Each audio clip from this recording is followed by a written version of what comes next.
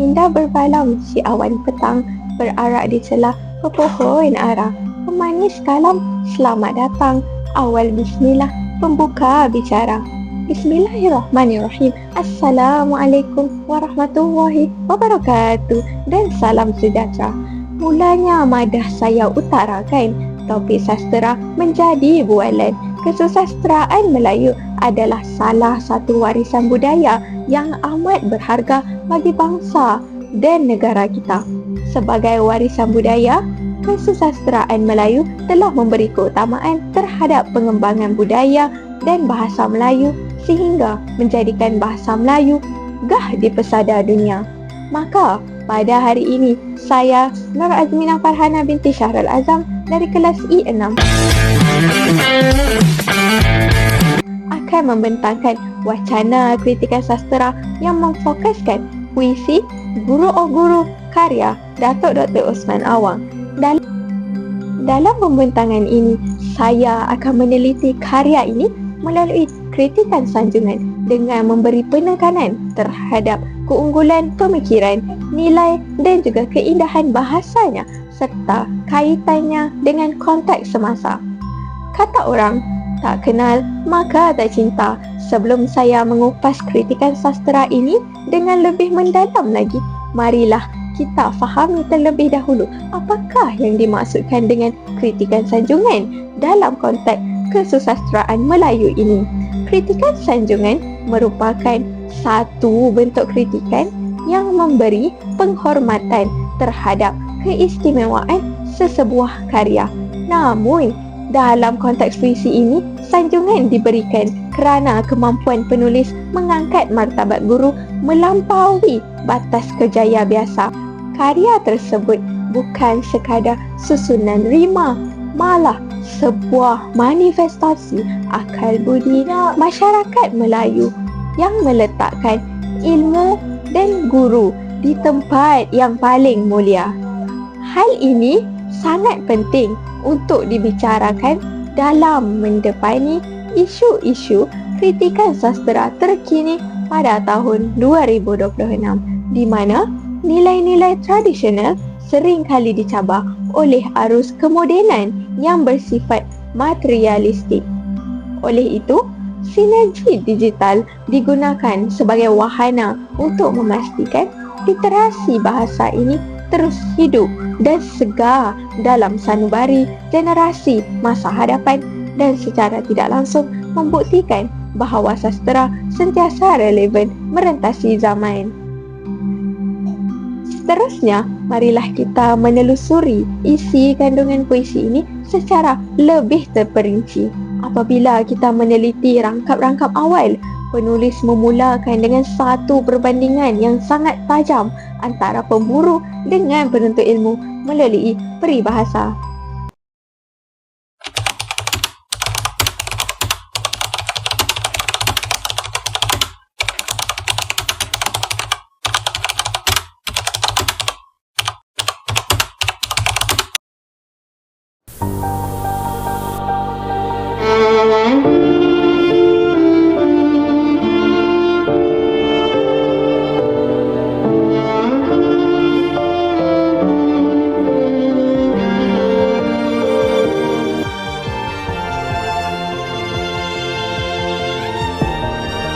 Berburu ke padang datar, dapat rusa belang kaki.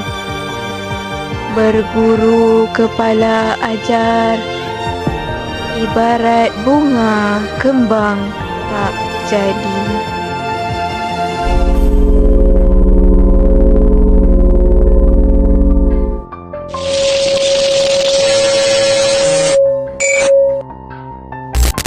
Sanjungan saya terhadap bahagian ini adalah berkaitan dengan kebijaksanaan penulis menggunakan analogi alam untuk menggambarkan betapa ruginya manusia yang berguru tanpa kesungguhan.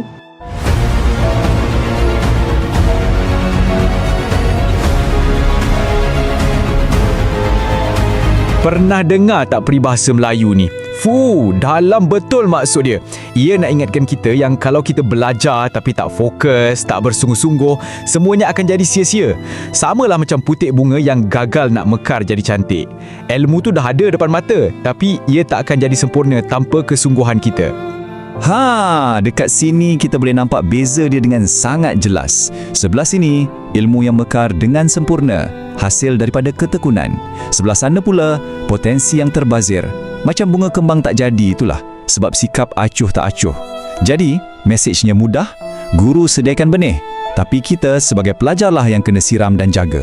Penggunaan laras bahasa yang puitis tetapi mudah difahami menunjukkan satu tahap keterampilan berbahasa yang sangat tinggi. Penulis berjaya membuktikan bahawa keindahan sastera tidak semestinya memerlukan kosakata yang terlalu asing, tetapi cukup dengan kejujuran dalam menyampaikan kebenaran. Kritikan sanjungan ini melihat bagaimana bahasa digunakan sebagai satu jambatan emosi yang menghubungkan pembaca dengan realiti perjuangan seorang pendidik yang seringkali tidak didendangkan. Di samping itu, sanjungan saya diteruskan lagi apabila kita melihat bagaimana penulis menggambarkan sosok seorang guru sebagai pemberi yang paling setia melalui rangkap ini.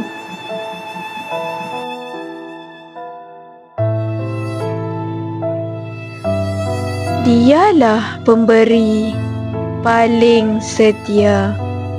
Dia akar ilmu miliknya.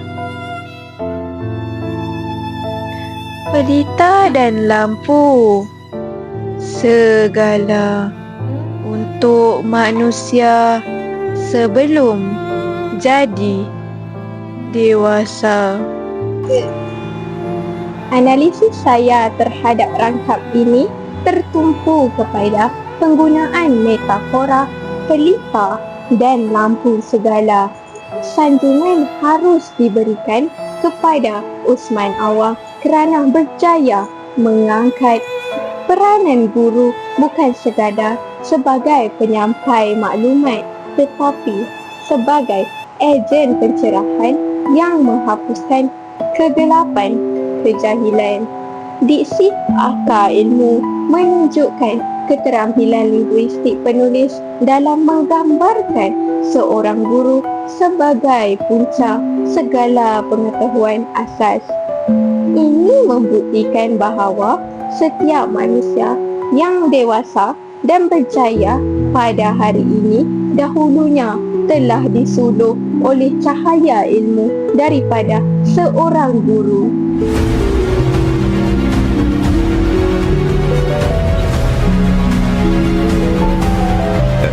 Frasa ni memang kena sangat. Guru adalah pemberi paling setia. Cuba fikirkan, tak kira masa, tak kira keadaan, mereka sentiasa ada untuk curahkan ilmu, macam sumber cahaya yang tak pernah padam. Jika dilihat dengan lebih luas, puisi ini juga mempunyai hubungan yang sangat kuat dengan aspek pendidikan civic. Mari kita hayati rangkap yang paling ikonik dalam naskah ini.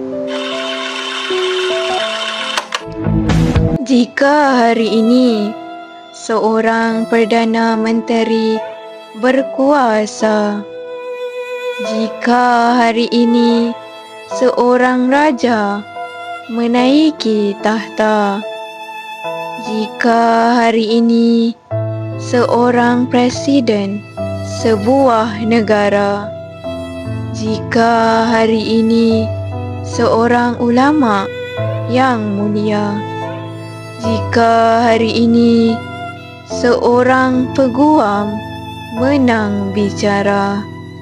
Jika hari ini seorang penulis terkemuka, jika hari ini siapa sahaja menjadi dewasa, sejarahnya dimulakan oleh seorang guru biasa. Dengan lembut, sabarnya mengajar, tulis, baca. Usman Awang dengan penuh keberanian menyatakan bahawa segala kemuncak kuasa di dunia ini, sama ada seorang raja, perdana menteri mahupun presiden, semuanya bermula daripada didikan seorang guru biasa. Di sini aspek kewarganegaraan dan nilai hormat menghormati ditekankan dengan begitu syumul. Sanjungan harus diberikan kepada penulis kerana berjaya meletakkan guru sebagai arkitek sosial yang membentuk nilai murni dalam sesebuah negara. Beliau menegaskan bahawa gurulah pembina pelbagai bakti dan pembentuk nilai murni.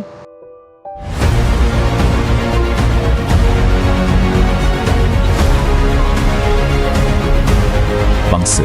Cuba anda senaraikan semua tokoh hebat dalam sejarah. Raja, Perdana Menteri, ulama, penulis terkenal. Mereka semua datang dari latar belakang yang berbeza. Tapi, mereka semua ada satu titik permulaan yang sama. Apa agaknya ya? Piramid ni tunjukkan segalanya. Tengok tapak yang paling bawah sekali. Siapa di situ? Seorang guru biasa yang mengajar asas membaca dan menulis. Tanpa tapak yang kukuh ni, takkan ada puncak. Raja, presiden, ulama, semuanya takkan wujud tanpa asas yang guru ni berikan. Jadi, nampak kan? Kerja seorang guru ni bukan setakat mengajar dalam bilik darjah je. Ini adalah kerja membina negara. Merekalah yang meletakkan batu asas bagi sebuah masyarakat yang bertamadun dan berjaya. Hal ini menunjukkan bahawa literasi bahasa bukan sekadar tentang kemahiran linguistik, tetapi tentang memahami tanggungjawab sivik kita terhadap mereka yang telah menyumbang kepada pembangunan jati diri bangsa.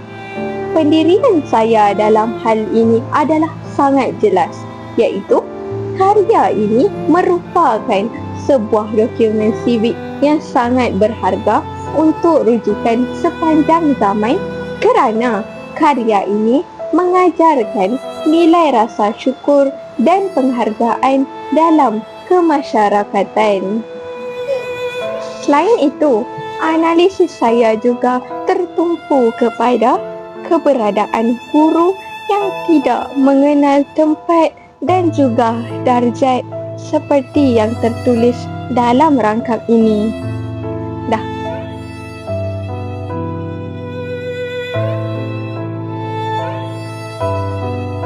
Di mana-mana dia berdiri, di muka muridnya, di sebuah sekolah mewah di ibu kota,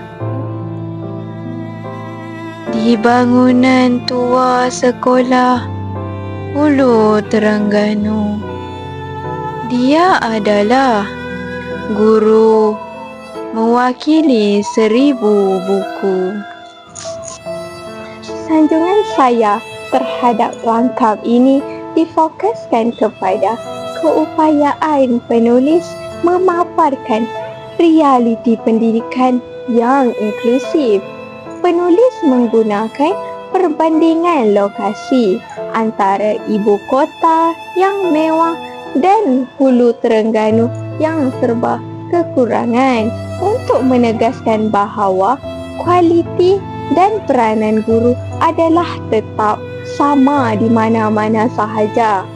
Frasa mewakili 1000 buku merupakan satu bentuk hiperbola yang sangat indah untuk menyanjung keilmuan seorang guru yang luas.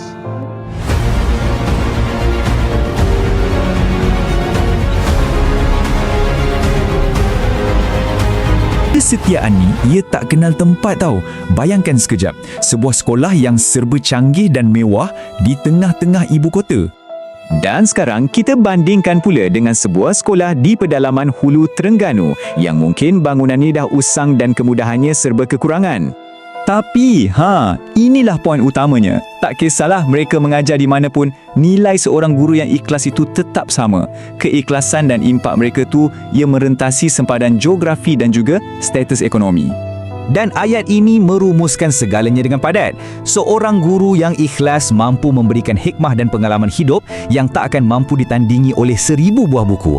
Mereka ni ibarat perpustakaan bergerak kan? Melalui teknik pengucapan awam yang berkesan, kita dapat merasai bagaimana setiap baris ini mengajak kita untuk menghargai guru tanpa mengira di mana mereka berkhidmat. Namun begitu, dalam mendepani tahun 2026, timbul satu persoalan. Adakah nilai penghargaan terhadap guru masih kekal dalam masyarakat pada hari ini? Dalam mendepani cabaran pendidikan tahun 2026, kita harus sedar bahawa memugar warisan bangsa memerlukan komitmen yang merentasi platform fizikal. Namun begitu, puisi ini membuktikan bahawa peranan guru tidak pernah lapuk di zaman. Perkataan seperti pelita, penyuluh dan embun merupakan simbolisme yang sangat kuat yang boleh diterjemahkan ke dalam pelbagai bentuk media digital yang bagi menarik minat generasi muda. Isu kritikan sastera terkini yang seringkali bersifat terlalu teknikal perlu diimbangi dengan elemen sanjungan agar pendengar dapat merasai kehangatan kasih sayang seorang guru melalui bait-bait puisi tersebut. Hal ini penting bagi memastikan kelestarian warisan bangsa dalam ekosistem digital yang kian mencabar, di mana sastera harus berperanan sebagai penawar kepada kekosongan jiwa manusia. Pada pandangan saya, puisi Guru Oh Guru bukan sekadar karya sastera, tetapi merupakan satu bentuk peringatan sosial kepada masyarakat. Saya berpendirian bahawa karya ini perlu terus diketengahkan kerana nilai yang dibawa masih sangat relevan dalam membina masyarakat yang beretika dan berakhlak. Dalam merumuskan wacana ilmiah ini, kita harus sedar bahawa memugar warisan bangsa melalui sinergi digital bukan sekadar sebuah slogan, tetapi sebuah gerakan transformasi pendidikan. Melalui persembahan ini, saya telah cuba mengasimilasikan kandungan sastera tradisional ke dalam bentuk pengucapan awam yang contemporary dan berilmiah. Kritikan sanjungan yang telah dilakukan membuktikan bahawa karya Usman Awang tetap utuh dan relevan meskipun zaman silih berganti. Sebagai bakal pendidik, saya bertekad untuk memastikan nilai-nilai yang terkandung dalam puisi Guru Oh Guru ini terus subur dalam setiap langkah perjuangan saya.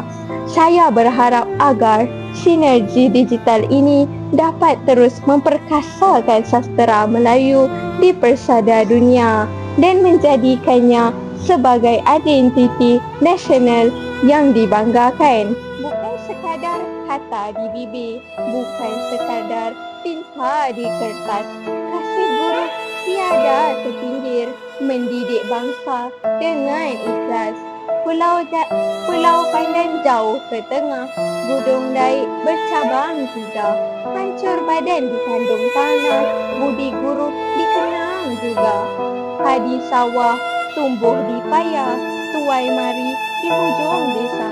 Guru berbakti, bangsa berjaya, sastera dijulang kekal sentiasa. Sekian sahaja wacana saya pada hari ini. Semoga setiap butir bicara ini menjadi azimat buat kita semua untuk terus memartabatkan bahasa dan sastera Melayu. Wabillahi taufiq wal hidayah. Wassalamualaikum warahmatullahi wabarakatuh. Sekian, terima kasih. Sebagai tuntasnya, analisis kritikan sanjungan terhadap puisi, Guru Oh Guru, karya Datuk dari Usman Awang ini membuktikan bahawa karya sastera bukan sekadar susunan kata-kata indah, malah merupakan sebuah dokumen peradaban yang merakamkan kemuliaan darjat seorang pendidik.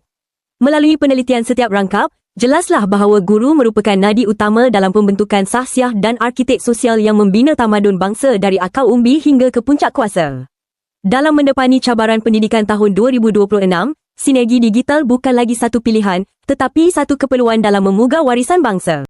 Integrasi teknologi seperti alat visualisasi digital dan platform interaktif dalam penyampaian sastera mampu memastikan literasi bahasa Melayu tetap relevan dan segar dalam jiwa generasi masa hadapan. Sebagai bakal pendidik dari kelas E6, saya bertekad untuk membawa semangat Guru Oh Guru ini ke dalam bilik darjah masa hadapan. Saya percaya bahawa dengan menggabungkan nilai tradisi yang luhur bersama kemahiran futuristik digital, kita mampu melahirkan generasi yang bukan sahaja bijak akalnya, tetapi juga murni budi pekertinya. Akhir kalam, marilah kita terus menjulang martabat guru, kerana di tangan seorang guru biasalah lahirnya sejarah manusia yang luar biasa.